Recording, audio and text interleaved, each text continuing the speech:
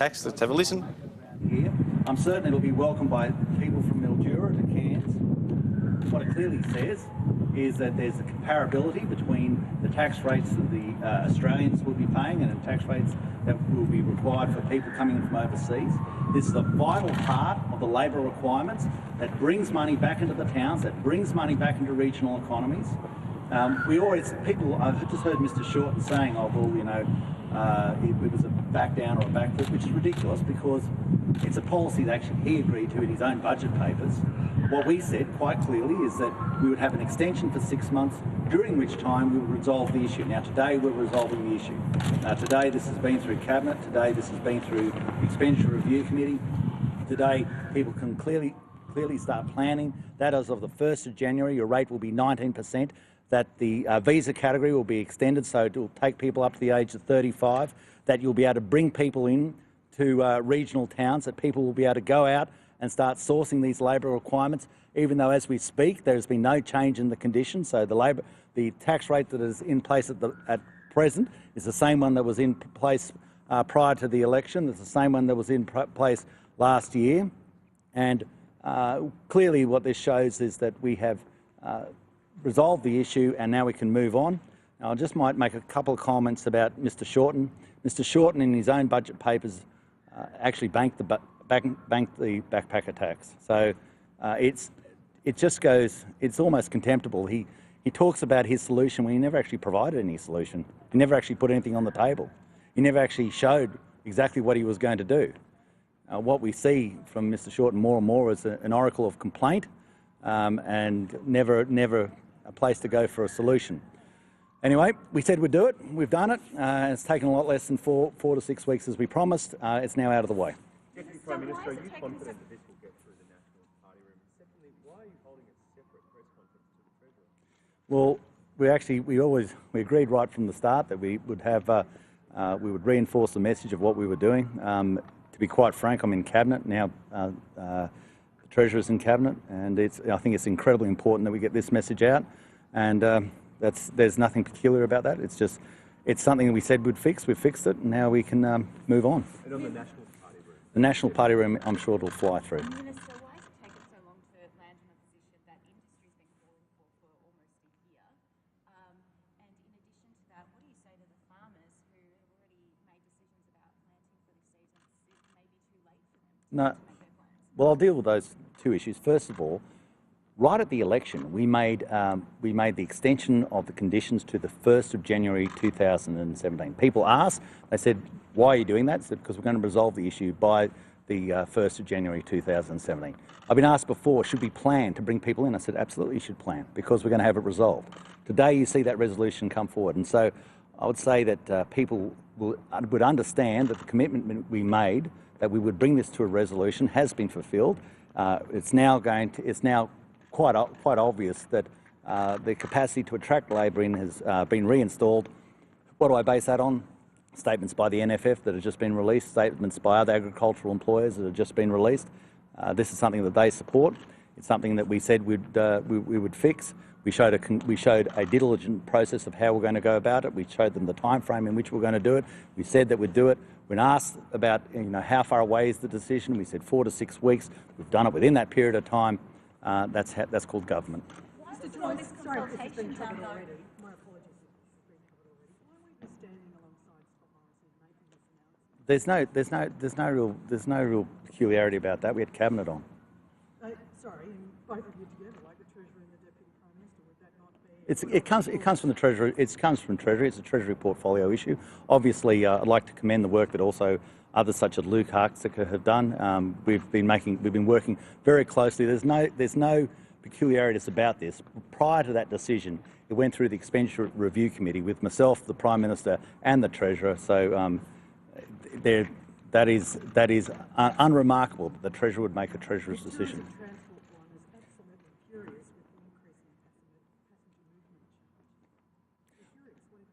Well, I think that this will be absorbed as a very small part of the cost of a ticket.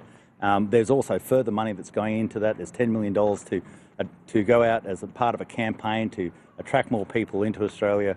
They have got the extension so that within the tourism industry, especially in the hospitality industry, there's a capacity for them to also be utilising the backpacker labour requirements.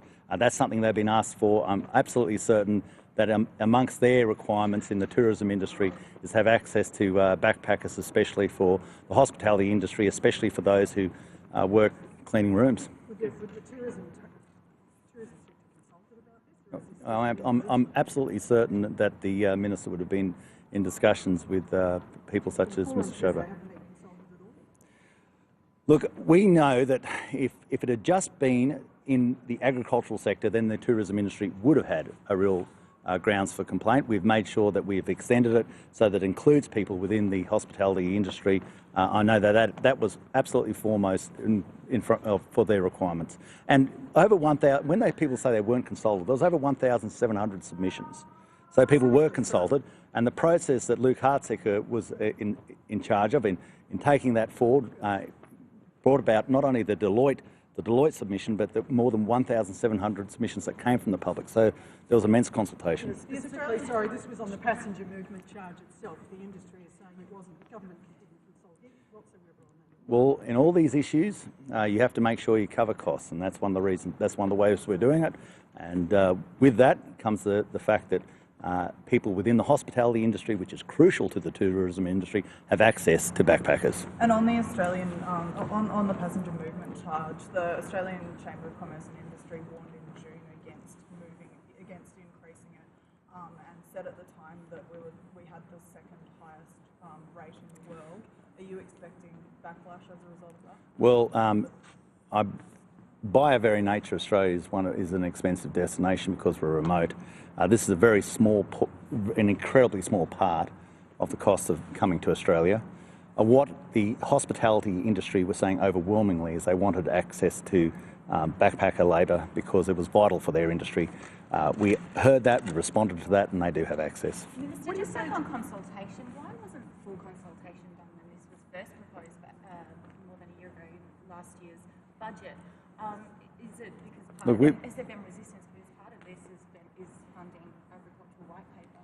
Look, I don't know whether it's we are doing. The agricultural white paper has been fundamentally important for one of the most dynamic turnarounds in the agricultural industry we've seen. Obviously, it goes hand in glove with global conditions, but we have been working incredibly hard to make sure that people get the proper tax write-offs, the investment that we're putting into water infrastructure, the investment we're putting into dams, the investment we're putting into attracting our product into new markets overseas. We are seeing that we have had now agricultural exports are the second biggest export earner after iron ore. We have a proven track record of success, which is more than I can say from the Labor Party, who'd never even seemed to want to ask us a question in question time about agriculture. What we've seen here today is an issue that we were aware of, and we said that we would bring a resolution by the 1st of January 2017. When people said, can you do it sooner? We said within 4 to 6 weeks.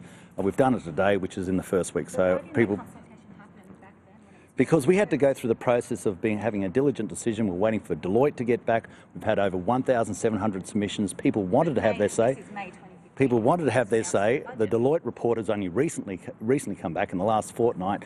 It's back. The 1,700 submissions are back, and we've made a decision. But there was no consultation or modelling back in May when it was first listed in the budget last year. Why was that not done then? We said quite clearly within the budget of the cost of extending it out to the 1st of January 2017, and we put the costing in there as well. It was $40 million. What do you say to those producers who are struggling there?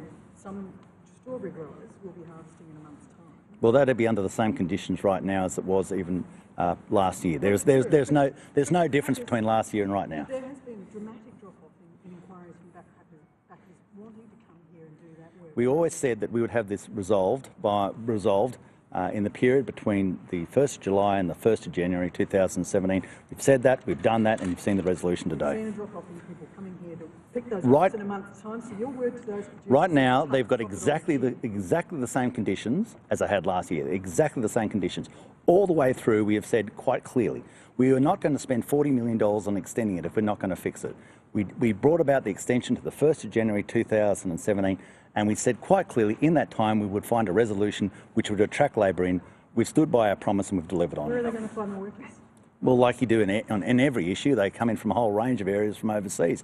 I think in some instances, especially in the European instances, and especially with things such as Irish backpackers, we've seen a turnaround in the Irish economy, which means that some of the reasons that some people aren't coming out, it's got nothing to do with issues in Australia. It's to do with a more vibrant economy where they live. Mr. Joyce, on another subject, do you believe that Mike Baird and Troy Grant should reverse the New South Wales greyhound ban?